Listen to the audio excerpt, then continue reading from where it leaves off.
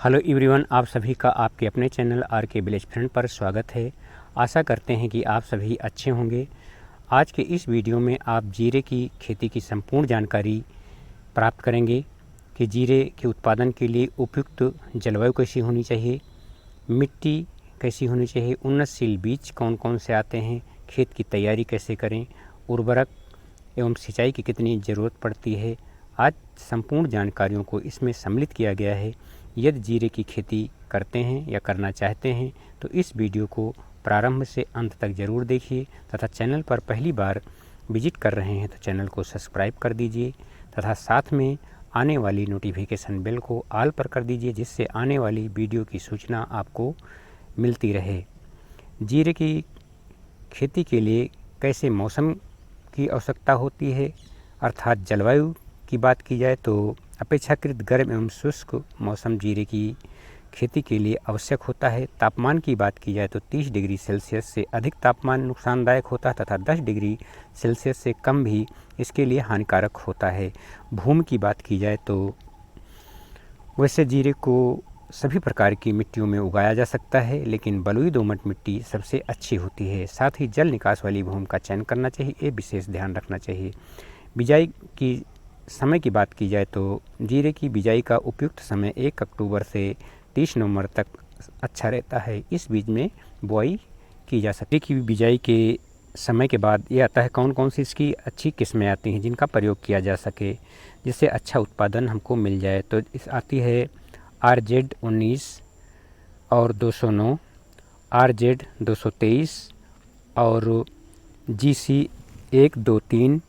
इन किस्मों को लगा करके अच्छा उत्पादन लिया जा सकता है तथा बहुत से किसान हमारे वेस्टर्न C60 का भी प्रयोग करते हैं, ये भी अच्छा उत्पादन हमको देती है।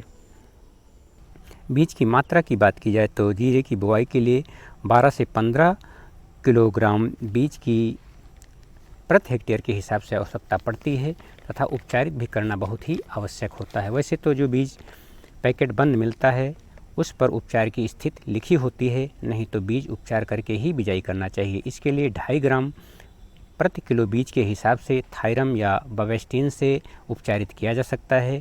जैविक तरीके से उपचारित करना हो तो ट्राइकोडर्मा का प्रयोग किया जा सकता है। उपचार करने में ये विशेष ध्यान रखना चाहिए कि पहले कवकनाशी से उपचारित करना चाहिए, उसके बाद कीटाणुनाशी एवं उसके बाद फिर जीवाणु खाद से उपचारित करना चाहिए, ध्यान रखना चाहिए। भूमि की तैयारी की बात की जाए तो खेत को अच्छी तरीके से जुताई कर लेना चाहिए अथवा जुताई करने के बाद 10 से 15 टन प्रति हेक्टेयर सड़ी हुई गोबर की खाद डाल देना चाहिए।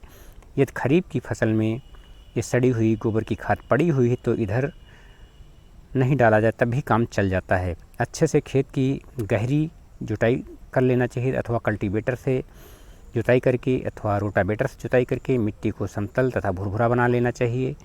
और साथ में ही 30 kilogram nitrogen, 20 kilogram phosphorus 1 hectare खेत के लिए पर्याप्त हो जाता है। इसको भी खेत बनाते समय ही मिला लेना चाहिए। बाकी शेष खाद जो हमारी डालना है उसको 30 दिन या 35 दिन के बाद 15 किलोग्राम नाइट्रोजन, 20 किलोग्राम फास्फोरस को डाला जा सकता है। फिर 60 दिन के बाद 15 किलोग्राम नाइट्रोजन की और आवश्यकता पड़ती है, जिसको सिंचाई करके या सिंचाई के बाद या सिंचाई के पहले किसी भी तरीके से प्रयोग किया जा सकता है।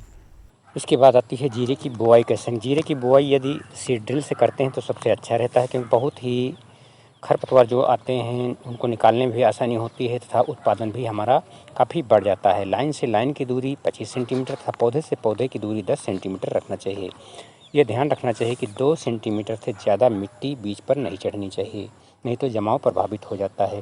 तथा छिड़काव वृक्ष से करते हैं तो निराई गुड़ाई में हमको समस्या आती है, तो इस बात का विशेष ध्यान रखना चाहिए। तो हमको सीड ड्रिल का ही प्रयोग ज़्यादातर हो सके तो करना चाहिए।